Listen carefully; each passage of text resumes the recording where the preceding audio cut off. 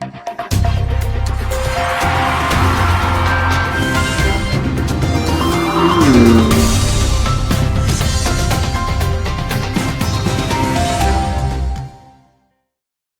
everybody and welcome to Week 2's recap for the NHL season on the Unparalleled Success podcast. I'm your host Ryan Woods, and joining me this week is Andrew Irving. How's it going? It's going pretty good. How about you, Ryan? I'm living the dream. I'm super excited for this week. Of course, last week was not a great week for the Ottawa Senators, going 0-2-1 against the Winnipeg Jets, so we have a lot to talk about in regards to that little 3-game series versus the Jets, and of course lots of news in the NHL last week to talk about as well before we preview this upcoming week for the Sens. Yeah, I'm looking forward to it. Of course, you told me before we went on that you are mainly a Toronto Maple Leafs fan, but you also support your hometown team in the Sens, and you like to cheer for some other teams as well, including the Jets. Is that accurate? Yes, very accurate. Perfect. So you must have enjoyed last week's series between the Sens and the Jets. There was some good hockey despite some lopsided scores. What did you see from the Sens and the Jets last week that stood out to you? Honestly, going through the highlights in both games, the first game was definitely, it seemed to be a lot closer than the second. But honestly, they were close games. They were exciting to watch. I couldn't catch the full bit of it. But honestly, it looked like the Jets just, they held their composure a lot more. The goaltending seemed to be a lot more solid. And also, it's just an ongoing issue for the Senators that I'm noticing all season is they're lacking in shots. Matt Murray and Hogberg are getting absolutely pummeled right now, and they're not giving a whole lot back. And that's the one issue that I've noticed with the Senators. When they played their first game against Toronto, they took it to them, and they played a good, hard-hitting, finish your checks, shots from every direction, and it worked wonders for them. Their fourth line, third line scored half their goals, and their first line tired out all of Toronto's best players, and they won that game fair and square. And honestly, that's how I expected Ottawa to play the rest of the season. And since then, I've kind of been a little disappointed, to be honest. I agree. Every game so far, I've picked out one positive and one negative that I like to highlight. And absolutely, as you mentioned in the opening game against Toronto, was that the Sens actually outplayed them, which is something we have not seen from the Sens in years. In almost every game they've played, they've been outshot, outplayed, and frequently when they lose, which happened a lot, they deserved to lose, to be honest. But as you mentioned last Friday in the season opener, they were the better team and they deserved to win. So I was hoping going into this week that they would continue that against the Jets. But unfortunately, after they did have a good start in the Tuesday game, which you mentioned was probably their best game of the week, things unraveled in the third period as we saw some players defending the lead that maybe shouldn't have been on the ice. Sens Twitter was irate with the coaching deployment from DJ Smith. How much of the blame do you think should be put on DJ Smith for the Sens performance last week? It's a young team, you know what? It's a young team all around. There's some young players there. They don't quite got the stamina that some of the veterans, like you look at Joe Thornton in the Leafs uniform, like he hasn't been all that conditioned, so I'm not going to use him as the example per se, but he is, in a way, it kind of like Joe Thornton is getting winded very easy. I'm watching in Toronto games, and that's how I'm seeing the Senators rookies too. Not all the team, just those younger guys, those newer guys. Stützle's been pretty solid like throughout the season, but he's running out of energy too fast, and I think he needs to be more conservative. Same goes for Josh Norris. Colin White has very been underwhelming to me, honestly, and he needs to definitely find his footing in Ottawa.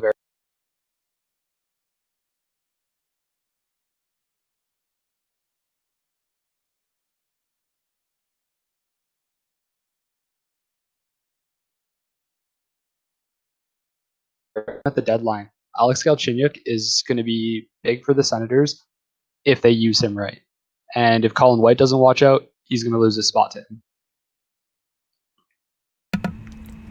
I was going to talk about Colin White later on when we preview this week, but of course, you hit the nail on the head there. He's been in and out of the lineup, and in the few opportunities that he's been able to get for himself, he hasn't really impressed as much as he needs to be to live up to his $4.75 million contract. So we will talk a little bit about more him later on this week when we go to preview the Canucks. But that brings me to my disappointment from Game 2 is one player that really fits the mold of what you were just describing as a player who's been trying to do too much, has been Thomas Chabot, who many people either believe that Chabot or Tkachuk could be the next captain of the Senators. But this week, for me, one of the most disappointing players was the performance from Thomas Chabot, as he was -3 on Thursday night's game, and he just looked lost out there, missing his coverage and trying to do too much. What do you think Thomas Chabot needs to do to get his game back on track? Well, you're talking about the captaincy, and I'll say a little bit about that first, because I honestly, if I have a choice, Chabot would be my man for captain. But you're right. After watching him this week, and even in the second game against Toronto, he seemed flat-footed, lackluster. And unfortunately, that's not the kind of player he is. He's a very tactical-minded, high IQ defender who's capable of making offensive plays like he's a Brandstrom-esque height, even though the guy is, 6'3", 6'4"? He makes those plays, and he's a big man. He can throw his weight around, and honestly, he hasn't been doing that enough either. Thomas Chabot is the picture of a player who needs to step up, and I'm not going to say needs to mature, because I'm not thinking that's what his problem is, but he needs to find his footing, because he's got to be the leader of this team. Tkachuk is great, but he's an alternate. For as long as Chabot's around, to me, he's an alternate. Chabot's my captain for Ottawa, hands down, whether they give it to him next year or give it more time to figure out. But right now, this season, he's definitely not ready. He needs to find that step to lead this team. You were also talking about Matt Murray and Marcus Hogberg absolutely getting shelled with shots, mostly in these second and third games against the Jets this week. And if we look at their save percentages, Matt Murray at 885 or whichever it is, and Marcus Hogberg, of course, only playing the one complete game at 880. It hasn't been a great start this season, but the stats might be a little bit misleading. Do you think that the blame should be put on Matt Murray, or do you think that the stats don't necessarily reflect how strongly he's played? Honestly, I don't think the stats are doing Matt Murray justice. He, in my opinion, has done very good in a Sens uniform to this point. His record and his stats aren't going to tell you that, but that's just how this season's going to be, honestly. I think you're going to look at a lot of players on a lot of teams this year and think, wow, this person should have had more, this person should have done more. Like, this team should be higher up, but everything's different. Like, you've got a lot of different factors playing into why teams are performing the way they are this season. And as far as the Senators and their goalies go, honestly, their defense needs to tighten up. That's the one thing I picked away from their first game this season when they beat Toronto, was they were doing everything that Toronto refused to do. They fought for the pucks in front, and when Toronto was trying to get shots off on net, their defenders, Ottawa's defenders, were all over the forwards. They didn't make it easy for them whatsoever. When Toronto was defending on those Ottawa chances in the second period, especially the second period, they let Ottawa walk through them. They didn't fight for their crease. They didn't defend Anderson. They let him basically get demolished in his own net. And honestly, that's what I expected from Ottawa this season. With the additions of Austin Watson and the potential come-up of Logan Brown, if he could ever find his footing, that's another disappointment that we'll go over at some point, I'm sure. Another player, though, who I expected to be better and has done absolutely nothing, despite he has that body to be a hard-hitting Ovechkin player, but he's never going to hit that stride. Obviously, he's never going to hit that stride, but with his build, he could develop into that, or maybe more of a Rick Nash type, but he doesn't use his size to his advantage. And honestly, that's a common problem for players in the league. Even Austin Matthews, I find, doesn't use his size to the best of his ability. You were talking about the second period against the Leafs, and it still seems as if the only game that the Sens have played a complete 60 minutes was that first game against the Leafs. How important is that going to be for the Sens to be able to stay at least 500 and stay in the playoff race as long as they can this season after not having had a training camp and normal preseason games? Do you think that early on in the season that's something we might see teams not being able to play a complete 60-minute game right off the bat? Well, that's just the thing, Ryan. Like, I went to go look at Florida's record when I was checking over stats earlier. They're 2-0. They've got 2 games to play this season, and they're undefeated. No other team in the NHL really is going to say that, except maybe the Dallas Stars. But, like, at the end of the day, this season is different. You're playing the same teams a lot more. There's more of a tactical mindset to it because you know you're going to see these guys another 8-9 games later on this season. You really want to start picking grudges in game 1, you've got the rest of the season to go, man. Like, they've got to play smarter. Every team has to play smarter and know that this is a tactical-minded season where you can't let emotions get the best of you, because that's where problems are going to lie for any team. Doesn't matter the best from the worst. One of the strategies that Sens fans heard about heading into this season from DJ Smith is that they're going to play physical and that they're going to wear down their opponents, and that's how they're going to be competitive this season. Do you think that after seeing Ottawa out-hit Winnipeg 51 to approximately 20 hits in last Thursday's game, and then not having any jump at all in the third period on Saturday, do you think that sort of solidifies that that strategy may not be as effective as DJ Smith had intended? Doesn't sound like it, Ryan, honestly. If you're out hit, you're outworked, and you're going to be the ones more tired and way more sore at the end of the day. So if you're not playing that physical game to match physicality with physicality, you're going to be at a loss. And honestly, it's one thing I would expect Ottawa to do a little more. If you've got Nick Paul in there, he's a grinder. He can throw hits. Watson's not scared to throw hits. Branson will throw his set around. Like, they've got players who are capable of doing it. But, and it goes for any team, if you sit there and take that much hits and only give away what you said, 50 to 20, like, you can't argue those stats. That's why the Sens lost that third period. They're dead going into it. They were out hit by 30 hits, 31 hits. Sorry, I misspoke. They actually out hit the Jets on Thursday by 30 hits, but it might not have had the effect to wear down the Jets as I would have expected. Oh, well, when you say that, put it in that perspective, yeah, 51 hits to 30 is something. It takes a lot out of the body to throw hits too, as well as taking it. Like, you have to make sure you're lining up your hits properly, and it's not exactly easy to do that with the evasiveness and the speed of today's game. And of course, like, with everything been on hold for the longest time, like you said, no training camp. Everyone's a little rusty off edge, and you know that's how mistakes are made. And you go to line something up for a hit, your shoulders off, your angles off, and next thing you know, you're going into the boards. It's very easy to wear yourself out if you're throwing a lot of contact. That's for sure.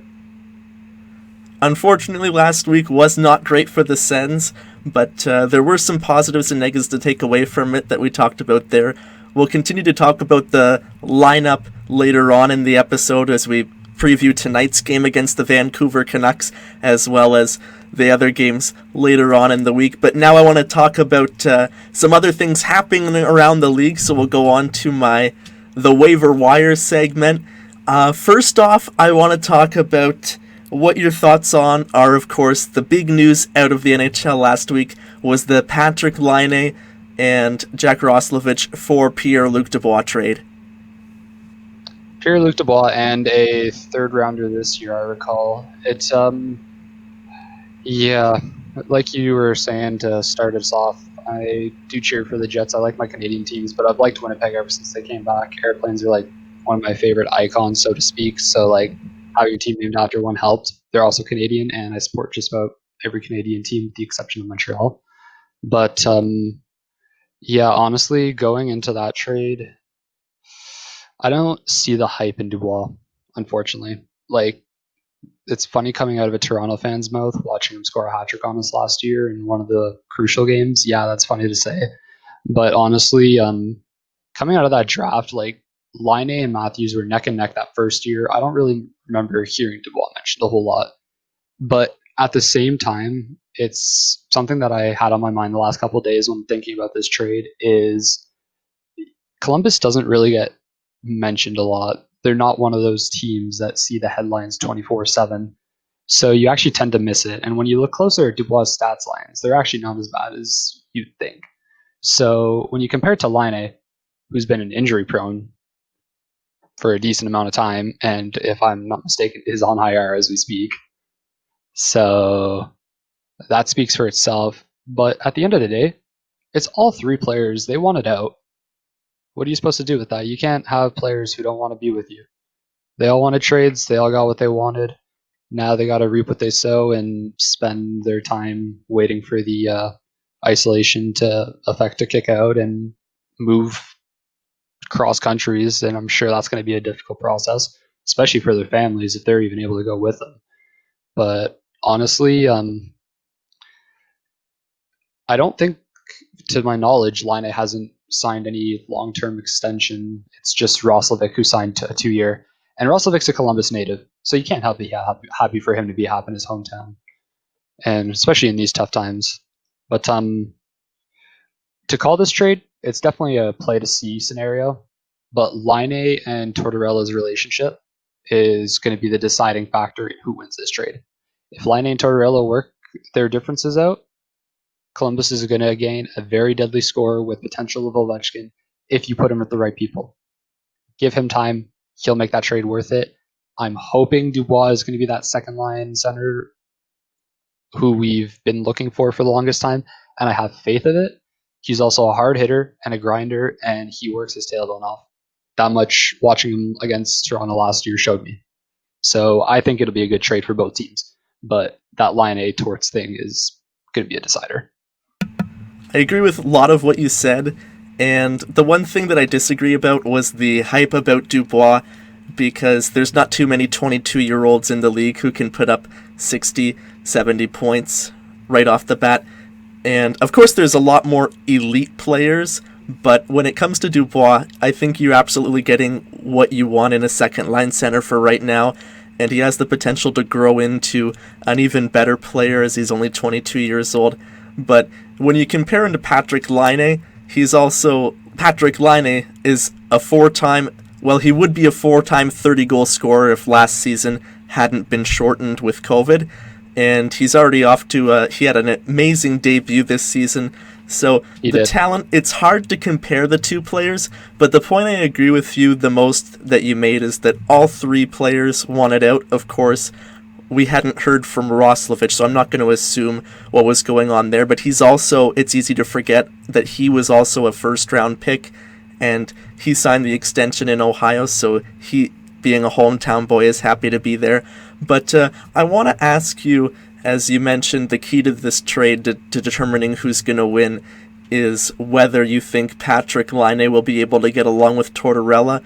You mentioned that he doesn't have too many years left on his contract as he's up after this year. He's still a restricted free agent, so Columbus will still have his rights for another 3 years. But then there's also Dubois, who has 1 year left after this year on his contract, who will also be a restricted free agent for 3 more years after this year. Which team do you think will come out on top and be able to secure either player, if any, and have some sustained success for the future as a result of this trade? Oh man, both of those teams need to. Jets can't afford to give up Laine and lose Dubois in the end. There's just no way. I'm not sure what their cap hit's looking like right now, but I believe Dustin Bufflin's contract should be off the board by next year, regardless of what happens. So that cap space should free up. But going into Laine, it's more just hoping he doesn't turn into another Panarin for their team. I honestly really hate to see them. I'm not a fan of Columbus, but I don't know. I think they get the short end of the stick more often than not, honestly. And if Laine didn't resign and left this year, I'd be feeling a little sore for them. Just a little. It's funny to think about because Columbus and Winnipeg, as you mentioned, they get the short end of the stick more often than not. They really do have two of the top fan bases in the league. I love Columbus. They have the cannon thing going for them, and they had the All-Star game a few years ago with Nick Foligno as the captain. And I remember during that All-Star weekend, I really realized how great of a fan base they have. And it's been no secret that Winnipeg has some of the most passionate fans in the league. They always sell out their arena, even though it's a small arena. They always sell it out, and come playoff time, the whiteout is amazing. So it's hard to imagine that players don't want to be a part of that.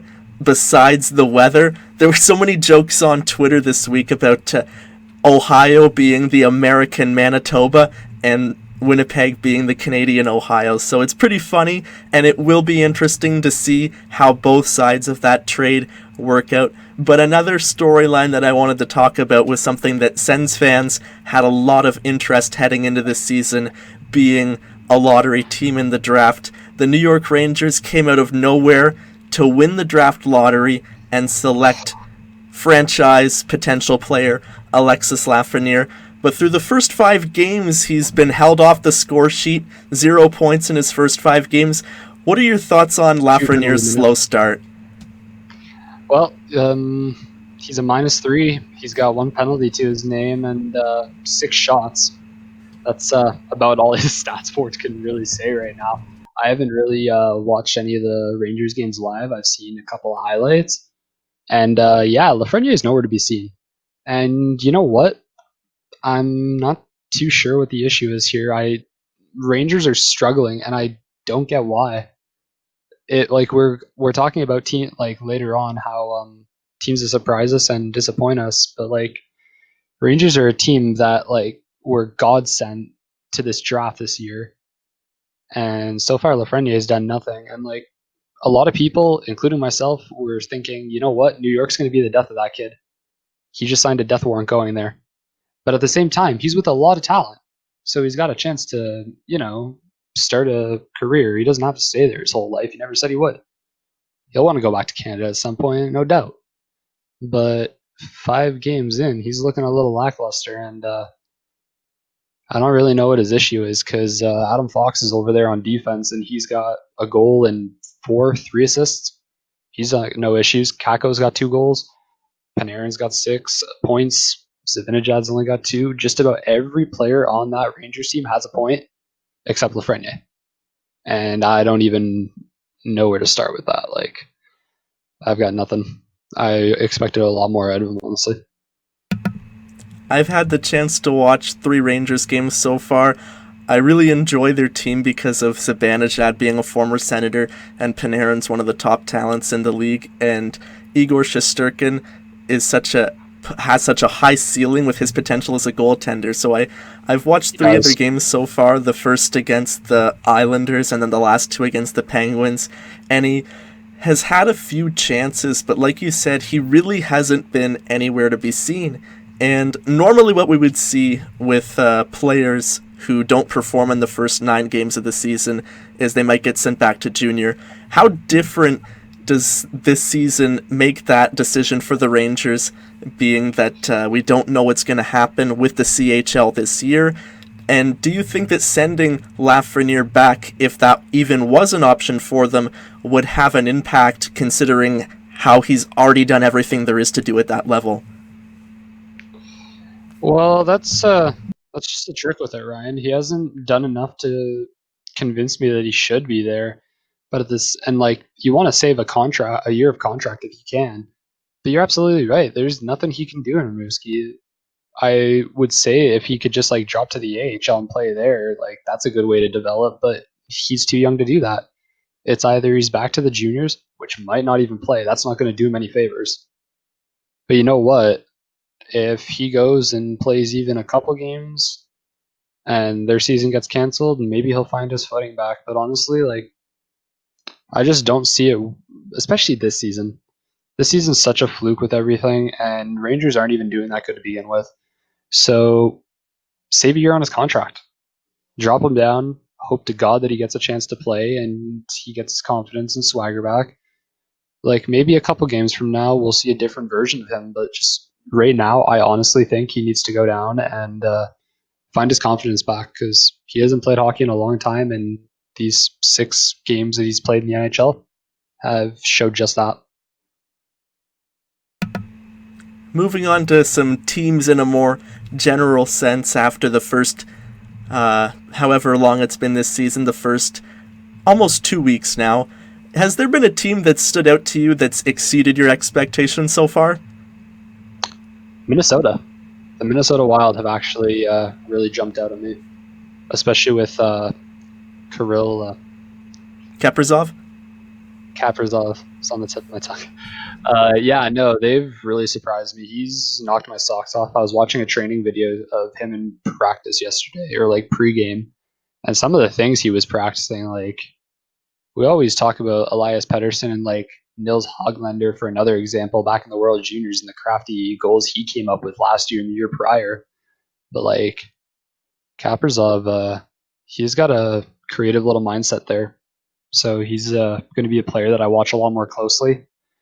Never going to see him in Toronto, I bet. But, good for Minnesota. They're another team that tends to get overlooked a lot. So for them to have such a flashy prospect, someone with flair and that cocky swagger that they're able to make those dekes, make that magic happen, is something I think Minnesota has been well and due for a long time. And with Zach Parise there, I think he's got an excellent mentor. I'm glad you said Minnesota because even though there's no wrong answers about opinion, if you had have mentioned any team other than Minnesota, it would have been the wrong answer. Montreal is the only other one that I can say out of the Canadian division. Montreal is the only other one, but it's the North Division. It's proven to be a little slow in the lower half of it right now.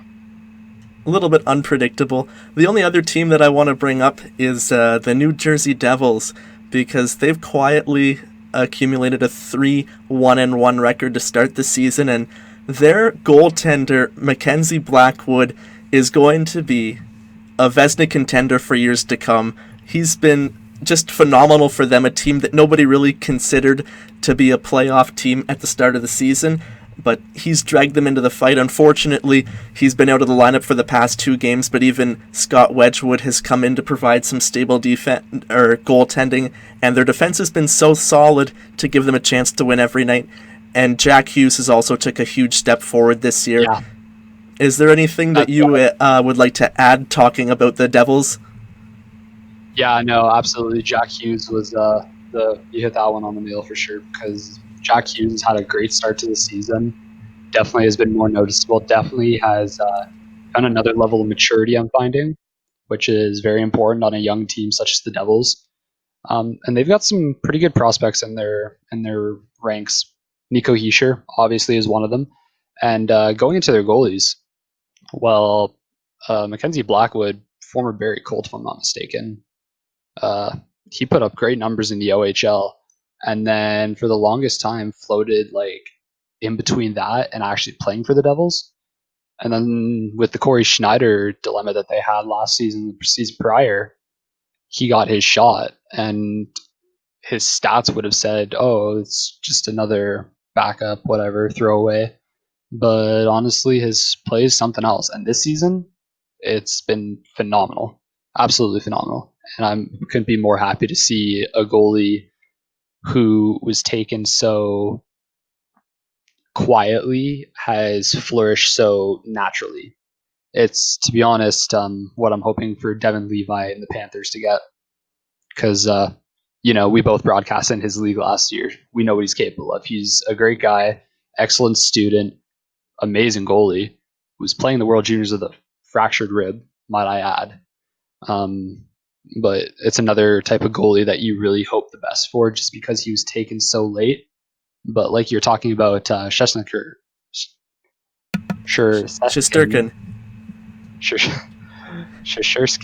and the ceiling that he has. Honestly, a lot of people after the World Juniors tend to see that with Devin Levi too, And Scott Wedgwood, former World Junior for Canada, also kind of in their mediocre years, but he still put up pretty great numbers as a backup to Mark Byzantine, I believe it was.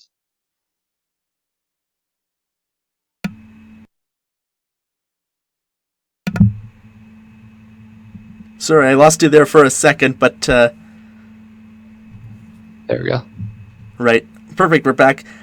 Finally, moving on to the last question before we preview this week for the Sens. Which team has failed to live up to your expectations so far this year? Well, Ottawa in a way, but like I didn't have mind-blowing expectations for them. I just expected more fight out of them. Their stat line doesn't surprise me per se. It's more just the way that it's going. I expected more. But honestly, Edmonton. I don't know what's going on with them. They're not doing bad necessarily. They're middle pack. But what happened? You guys were supposed to be neck and neck with Toronto. That's how it's supposed to be going this whole season. That North Division, that race for the top, is an Edmonton and Toronto race, is what it's been called. I don't know what happened because right now we're fighting our Quebec natives right now trying to take that top spot. Edmonton's nowhere to be seen, and Mikko Koskinen is definitely one of the problems right now. He's not a problem because he's needs to be gone. He's just not playing the way he should. He's a stellar goalie. I don't know what's his issue this year. It's not like his defense is overly weak. And I mean, with the offense and whatnot that Edmonton has, to see them where they are and the way they're losing and the narrow wins they pulled off is a little concerning. Not because I care for Edmonton that much, more just because they should be dominating with the team that they have. Edmonton is definitely a team that will look to have more success as the season progresses, as they've definitely failed to meet up to their expectations so far. That brings us to our preview now for the Sens week coming up. They've got 3 games scheduled, of course, tonight against the Vancouver Canucks in Vancouver at 10 o'clock. All 3 games this week are against the Canucks. They also play Wednesday night at 9 p.m. and Thursday night at 10 p.m. before having a couple of days off. What do you think the Sens need to do to get back on track against the Canucks this week and make this a successful week? Well, that's the thing. The Canucks are kind of like the anti-Oilers right now. They've had a lot more success than Edmonton, or at least I'd like to think they have. They seem like their players are performing the way they have, and the goaltending's been solid. They aren't at the top, that's for sure. But honestly, Ottawa needs to. They definitely need to stay with them because Vancouver's going to be a fast team. You've got a lot of young players, a lot of skill there. Maybe this is a game that Colin White can find his footing. Maybe this is a game where you need to approach game 1 against Vancouver tonight. Maybe they need to approach it with a more physical approach. Maybe they'll have Paul in, scratch White. But honestly, for Ottawa to have any success in this upcoming 3 game against Vancouver, I think they need to play physical, but they need to mind their stamina, mind their surroundings as well. Because I noticed Ottawa's been a little undisciplined as well on top of everything. They have taken a lot of penalties, and if I'm not mistaken, they have taken the second most penalties so far in the year this season, so that's definitely something they'll need to improve on, is staying out of the box, especially for a team that struggles as much on the penalty kill as they have over the past few seasons, and this season doesn't look to be much better to begin with. But to touch on a point that you made, the main storyline with Colin White and how he hasn't been able to solidify a spot in the lineup for himself so far this year. There's been the emergence of Nick Paul, as you mentioned, but what do you make of DJ Smith's decisions to have players such as Artem Anisimov, who are already past their prime, and Austin Watson as well, and Michael Haley in the last game, over a player in Colin White, who, hasn't lived up to his contract so far, but he's still only 23 years old, and how is he going to be able to improve if he's not in the lineup? Well, you're absolutely right there, Ryan. He does need to be in the lineup. But at the same time, I think it's his wake-up call, his last wake-up call, might I add. I think he's kind of been on that wire for a while with the coaches in Ottawa. DJ Smith is trying his thing, but my way or the highway, if Colin White can't get his game together, he's going to find himself traded very fast. And to my knowledge, I'm pretty sure Logan Brown asked for a trade. If I thought I read something about that last week that he wants out of Ottawa, and that's another player. Like, yeah, Ottawa could have given him more a shot, but he played a decent amount last season and the season prior, and he didn't do much. Like, you can't ask for opportunity, you can't expect a trade, and you can't expect the team that's trading for you to give you a chance if you're not going to show that you want to be there. You're in the NHL because you want to be there. Austin Watson is fighting, he's throwing hits, he's doing what the team needs to win. I didn't see Colin White doing that. And Anisimov, he doesn't hit, he doesn't do all the Austin Watson-esque stuff, but it's a veteran presence. Someone who has the IQ to understand what is required of him. Something younger players like White and Brown are lacking. Not every young player lacks that necessarily, but the ones who do, that's the step of maturity that they're missing to find a consistent pace in the NHL. And that's why veterans like Anisimov and other players across the league still get those chances, because they know that those talents are needed somewhere in some way. Look at Wayne Simmons going to Toronto. He's on a 1 year contract, if I'm not mistaken, and he's playing on the fourth line. He's had one fight, he's had one goal, and it's worked perfect for Toronto. He's that little bit of fight that they've needed in their lineup for a while, and he's actually got a scoring touch to him. It's players like that that are still needed in today's game. It's not a dying breed by any means, because when all you are focusing on flash and one-man shows, it's still the grinders and the ones who fight and block for their team that are going to earn their spot at the end of the day. And finally, before we wrap things up, of course, Timmy Stützle returning to the lineup for Ottawa tonight after missing a few games with his minor injury. How important is it for the Sens having a healthy lineup, and after how disappointing last week was, facing a team that, as you mentioned in Vancouver, is not at the top of the standings? They've had a 2-5 start to the season. So how important is it for Ottawa to bounce up and rise to the occasion to take advantage of a team such as Vancouver, who's not at the top of the standings? And how many points do you think that they need to get this week to make it a successful week? Honestly, I don't think Ottawa should be focusing on points. They just need to be focusing on winning the periods, because in my eyes, ever since their win against Toronto, I haven't seen a full 3-period effort from that team. They can give it their all for the first 40, but if you don't have enough in the tank to get through that last 60 and you've only got a 1 or 2 goal lead at best, you're going to crumble. It's bound to happen, especially if the team is young as Ottawa. You get outrun, you get out-hit, you get outplayed, and you lose. Simple as that. So, honestly, I think having Stützle back in the lineup is huge for Ottawa, especially having a player of his caliber, his talent, against a team that's going to have at least 3 or 4 Stützles sitting around, with like Pettersson, Bessner, and then you got like the other minor guys who still have potential, like Virtanen and the rookie Hoglander. He's been pretty good too. So, yeah, to have Timmy Stützle back, I think is huge for Ottawa. But it only works as well as he watches his play. He's already had 1 injury. He's not even 5 games in. He's a small player. He needs to mind his angles. He needs to keep his head up, be aware that people are going to be trying to hit you. They don't want to play against you. They want you out of the lineup and out of their way. And Timmy Stützle needs to be aware of that and be way more evasive. That's a great point. I like how you mentioned taking it 1 period at a time. Hopefully the Sens can keep their eye on the prize and get a few full 60-minute efforts against the Canucks this week and get back on track. Thank you, Andrew, for taking the time to join me on the show today, and I hope you enjoy cheering on all your favorite Canadian teams for the rest of the season. I'm just happy to have hockey back. Thanks for having me, Ryan.